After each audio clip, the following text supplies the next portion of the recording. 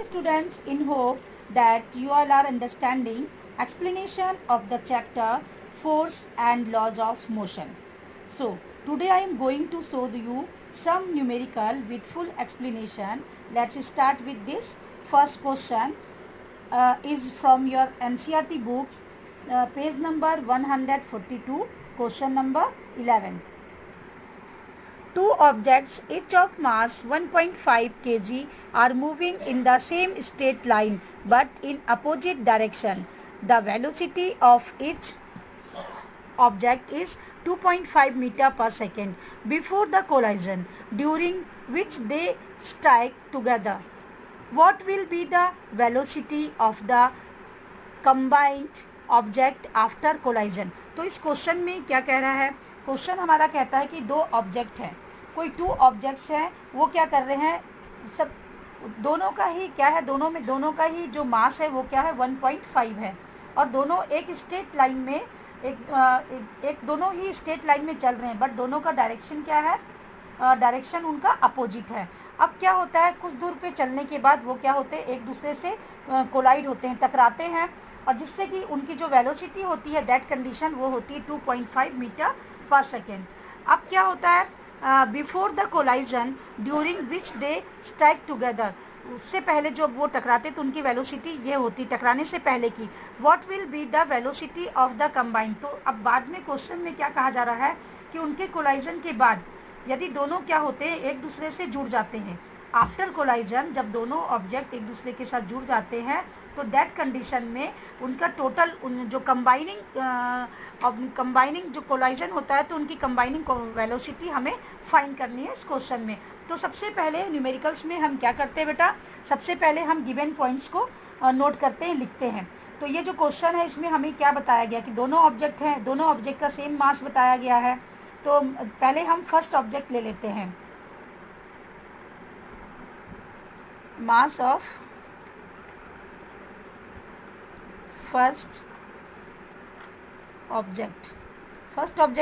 Object हम ले रहे हैं तो हम m1, आपको पता है मास को हम डिनोट करते हैं m से. तो फर्स्ट ऑब्जेक्ट के लिए हम क्या करेंगे, 1 लिखेंगे, तो 1 इज इक्वल टू m1 लिखेंगे. तो इसके लिए क्या हो जाएगा, इसका ये गिवन है, इस ऑब्जेक्ट का मास कितना बेटा 1.5 kg. आपको पता है कि मास की ऐसा यूनिट क्या होती है, kg होती है. अब इसकी वेलोसिटी देखते हैं, velocity of first object.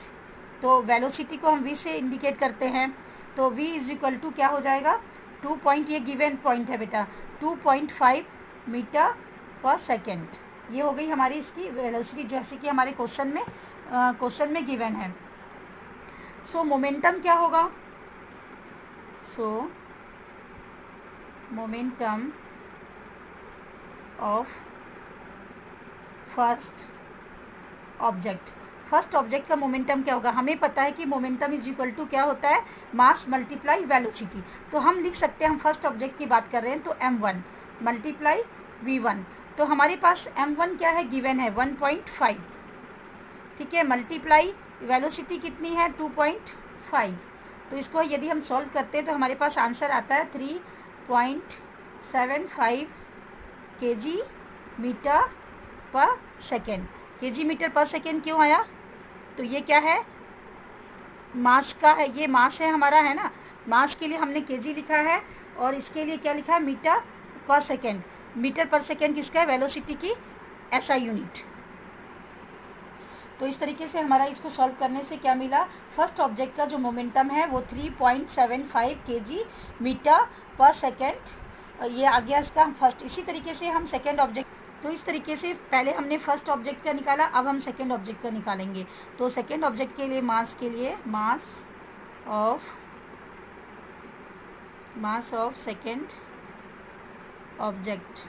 Second object का हम बात कर रहे हैं तो m2 ले लेंगे.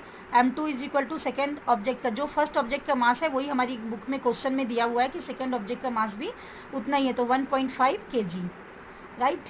चलिए वेलोसिटी ऑफ सेकेंड ऑब्जेक्ट की जो वेलोसिटी, इसको हम v2 ले लेंगे और v2 सेकेंड ऑब्जेक्ट क्या है, दोनों की वेलोसिटी बता रहा है कि दोनों क्या कर रहे हैं, सेम स्ट्रेट लाइन पे जा रहे हैं, लेकिन दोनों का डायरेक्शन क्या है, अपोजिट है।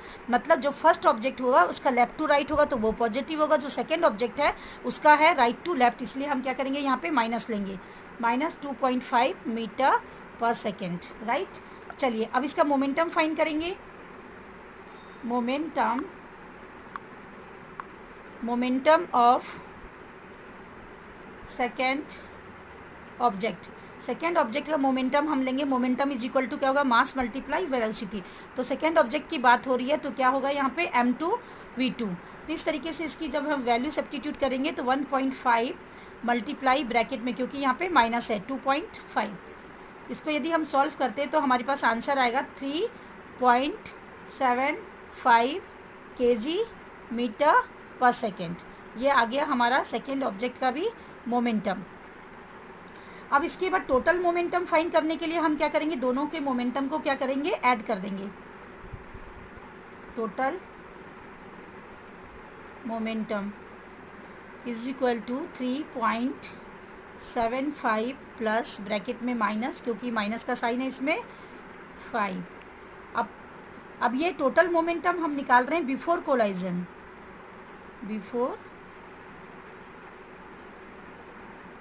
कोलाइजन, ठीक है। तो टोटल मोमेंटम बिफोर कोलाइजन हमारे पास आंसर आ गया। इसको यदि हम सॉल्व करेंगे तो हमारे पास आंसर आएगा यहाँ पे 3.75 माइनस 3.75। यदि हम इसको माइनस करेंगे, क्योंकि ये क्या था, प्लस और ये माइनस, तो यहाँ पे क्या आएगा, -3.75।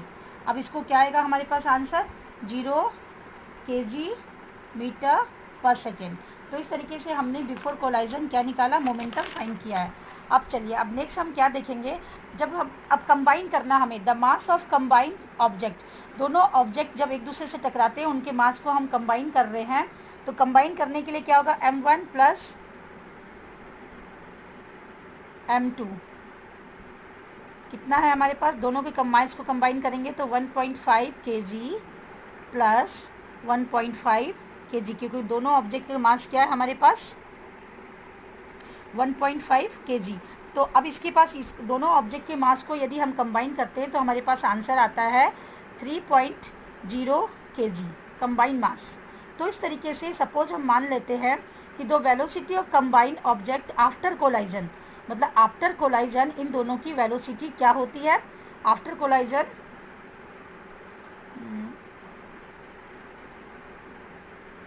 The velocity of combined object after collision is v metre per second. यदि हम मान लेते हैं कि आफ्टर कोलाइजन उनकी वेलोसिटी क्या होती है, ये होती है v मीटर पर सेकेंड। तो इस तरीके से हम बोल सकते हैं टोटल। अब हम क्या करेंगे, टोटल मोमेंटम निकालेंगे आफ्टर कोलाइजन। तो total momentum equal to m1 plus m2 multiply v, ये आफ्टर कोलाइजन है, आफ्टर कोलाइजन। तो इस तरीके से आफ्टर कोलाइजन जब तो जो मोमेंटम है हमारा वो आएगा m1 plus m2 multiply v। तो ये हम फाइंड करने के लिए इसे क्या करेंगे, तो हमारे पास आंसर आ जाएगा, इसकी वैल्यू हम यहाँ पे पुट करेंगे। तो m1 और m2 की वैल्यू कितनी आई है, 3.0 मल्टीप्लाई v। तो इस तरीके से according to the principle of conservation of momentum के अकॉर्डिंग हम देखते हैं तो total momentum before collision, law of conservation of, according to law of conservation of momentum, total momentum before collision. Now according to the principle of conservation of momentum हम बोल सकते total momentum before collision equal होगा किसके, total momentum after collision, after collision. तो before momentum हमारा कितना आया, before momentum हमारा आया था, टोटल मोमेंटम बिफोर कोलाइजन आया था हमारा 0, है ना। इक्वल होगा किसके, आफ्टर कोलाइजन कितना आया 3.0 मल्टीप्लाई v। यदि हम इसको सॉल्व करते हैं तो v is equal to 0 upon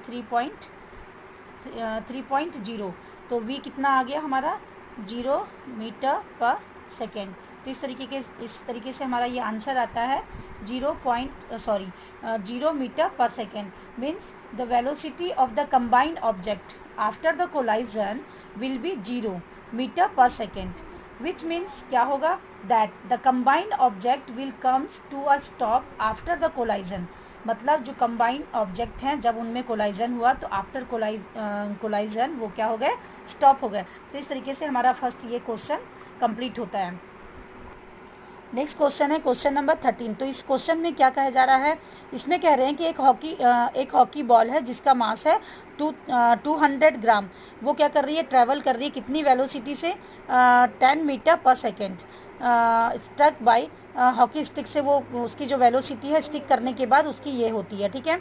तो नेक्स्ट है stick so as return along its original path पे, वो स्टिक होने के बाद एक ओरिजिनल पाथ पे चल रही है बॉल विद, अब उसकी वेलोसिटी कितनी है 5 मीटर पर सेकेंड। तो इस क्वेश्चन में हमें करना क्या, कैलकुलेट करना है change of momentum occurred in the motion of the hockey ball. Hockey ball के मोशन में जो चेंज उसके मोमेंटम में आ रहा है उसे हमें फाइंड आउट करना है by the force applying by the hockey stick, और साथ साथ ये भी बताना है कि हॉकी स्टिक से कितना फोर्स अप्लाई किया जा रहा है।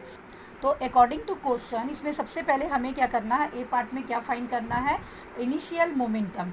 तो हम लिख सकते हैं इनिशियल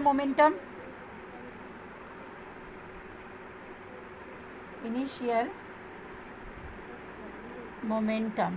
तो इसका इनिशियल मोमेंटम क्या होगा, मास ऑफ हॉकी बॉल, ठीक है। सबसे पहले इनिशियल मोमेंटम के लिए हम हॉकी के बॉल की मास को लेते हैं। तो हम फर्स्ट ऑब्जेक्ट है हॉकी की बॉल, इसलिए क्या लेंगे इसको m1 जैसे हमारे क्वेश्चन में ही गिवन है, इसका मास कितना है 200 ग्राम। तो इसमें हम सबसे पहले क्या करते हैं बेटा, नोटिस करेंगे यहाँ पे हमारा जो मास है वो ग्राम में दिया हुआ है। हमें पता है कि मास की SI यूनिट क्या होती है, kg होती है। तो फर्स्ट सबसे पहले हम इसे क्या करेंगे, मास को kg में कन्वर्ट करने के लिए 1000 से हम क्या करेंगे, इसको डिवाइड करेंगे। तो हमारे पास आंसर क्या आएगा 0.2 kg। ये आ गया हमारा किसका, बॉल का मास kg में। तो इनिशियल वेलोसिटी क्या होगी हमारी, इनिशियल वेलोसिटी को हम क्या लेंगे, v। इनिशियल वेलोसिटी को हम लेते हैं u1, okay, is equal to 10 metre. ये हमारे क्वेश्चन में गिवन है।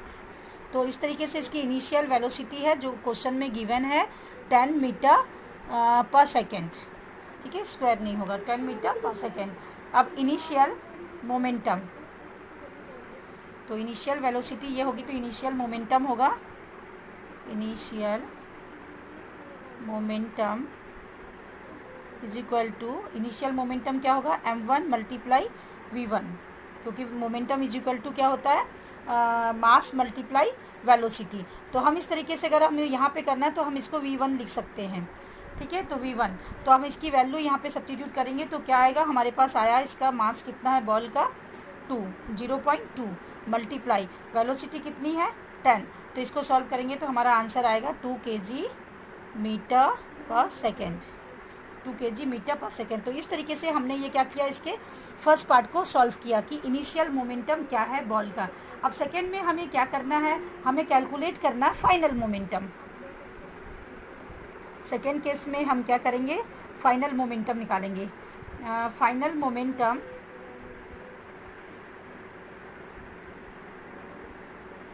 मोमेंटम किसका निकालेंगे हम, हॉकी बॉल का। तो फाइनल मोमेंटम के लिए हम मास लेंगे, mass of hockey ball m2 is equal to क्या हो जाएगा 200 ग्राम, 200, ये हमारी बुक में गिवन है तो हम ग्राम को kg में कन्वर्ट करेंगे यहाँ पे भी, तो 0.2 kg, ठीक है। तो फाइनल वेलोसिटी क्या होगी, अब फाइनल वेलोसिटी फाइंड करने के लिए हम लिखेंगे final velocity v2 is equal to, है ना, फाइनल f1 हमारी इनिशियल वेलोसिटी थी, फाइनल वेलोसिटी के लिए हमने लिखा v2, तो v2 -5। अब देखिए क्वेश्चन में हमारा गिवन है, क्वेश्चन देखेंगे आप अपनी एनसीईआरटी बुक में, क्वेश्चन में गिवन है वेलोसिटी कितनी, फाइनल वेलोसिटी क्या हो रही है, फाइनल वेलोसिटी है इसकी 5 मीटर पर सेकेंड। तो क्या आएगा, वो डायरेक्शन अपोजिट है, तो क्या होगा 5 मीटर पर सेकेंड, क्योंकि रिवर्स डायरेक्शन है इसलिए। तो फाइनल मोमेंटम क्या होगा, final momentum equal to m2 multiply v2। फिर क्या हो जाएगा, फाइनल m2 कितना है हमारे पास 0.2 मल्टीप्लाई, ये माइनस में है इसलिए हम क्या लिखेंगे -5। तो हमारे पास आंसर आता है -1 kg मीटर पर सेकेंड। ये हमारे पास आ गया -1 kg, सॉरी ये क्या है 1, -1 kg मीटर पर सेकेंड। अब इस तरीके से हम देखेंगे मोमेंटम में क्या चेंज होता है। हमने फाइनल मोमेंटम भी, इनिशियल मोमेंटम फाइंड किया और फाइनल मोमेंटम, तो according to law of conservation of momentum हम देखते हैं कि चेंज क्या आ रहा है हमारे मोमेंटम में। तो हम देखेंगे